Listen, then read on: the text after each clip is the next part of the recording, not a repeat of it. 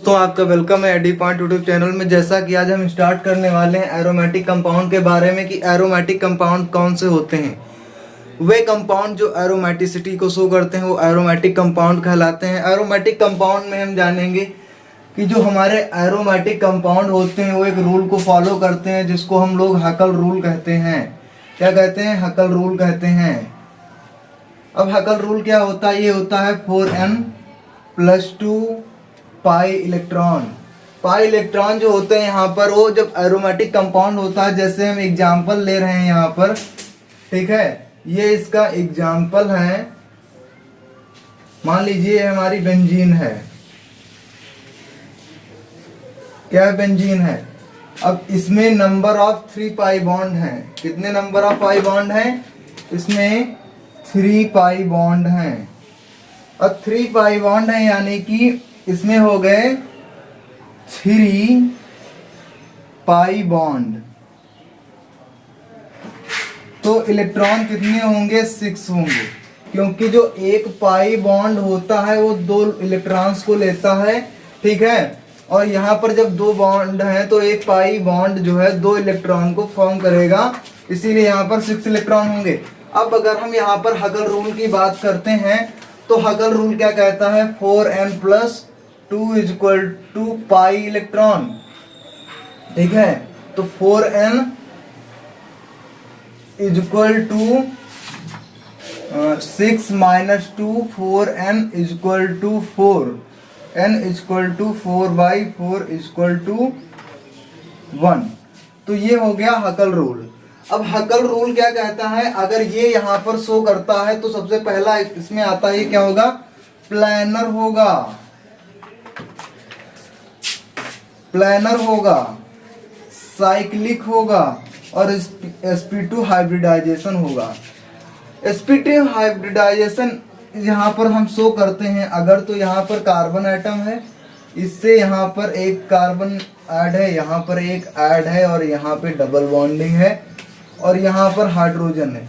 तो number of sigma bond यहाँ पर हम कलेक्ट करेंगे तो 3 नंबर ऑफ सिग्मा बॉन्ड है, जिसके कारण यहाँ पर sp2 हाइब्रिडाइजेशन होगा, ठीक है। अब बात करते हैं एरोमेटिक कंपाउंड जो होते हैं वो कितने प्रकार के होते हैं। तो जैसा कि हम जानते हैं कि जो एरोमेटिक कंपाउंड होते हैं हमारे वो 3 प्रकार के होते हैं: benzenoid, non benzenoid and heterocyclic aromatic compound.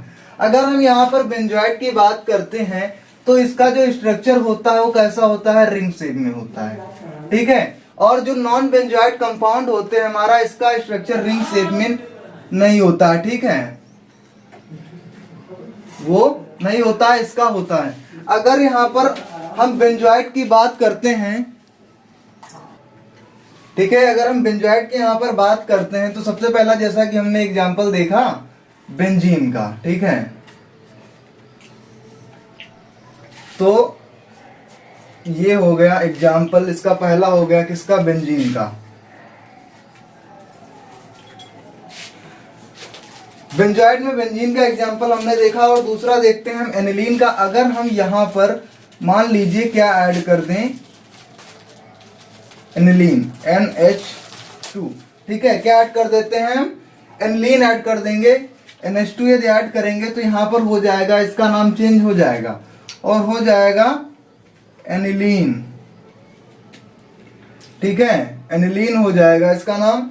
और यहाँ पर अगर हम क्या करते हैं, नैप्थलीन की अगर हम बात करते हैं तो नैप्थलीन में 2 बेंजीन रिंग आपस में सेपरेट हो जाती हैं, ठीक है, क्या हो जाती हैं?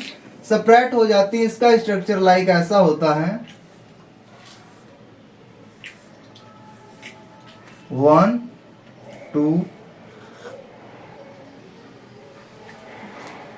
3, ठीक है। तो ये हो गया हमारा नैप्थलीन का स्ट्रक्चर।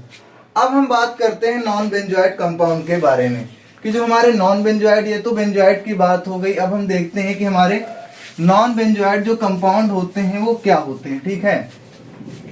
अगर हम यहाँ पर नॉन बेंजोइड की बात करते हैं तो यहाँ पर एक एग्जांपल हम देख रहे हैं,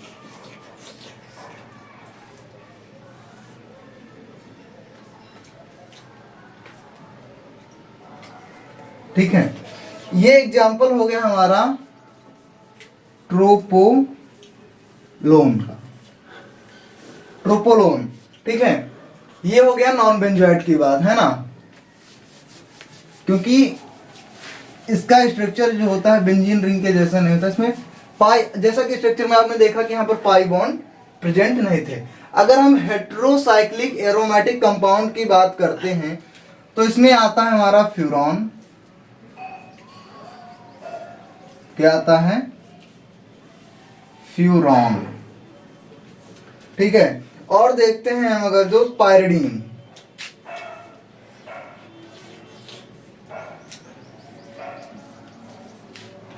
क्या आता है, पायरिडीन, ये हो गया हमारा पायरिडीन, ठीक है। तो आज का लेक्चर यहीं तक था, एरोमेटिक कंपाउंड के बारे में हमने जाना। नेक्स्ट लेक्चर में हम स्टार्ट करेंगे आईपीएसी नोमेनक्लेचर ऑर्गेनिक कंपाउंड में।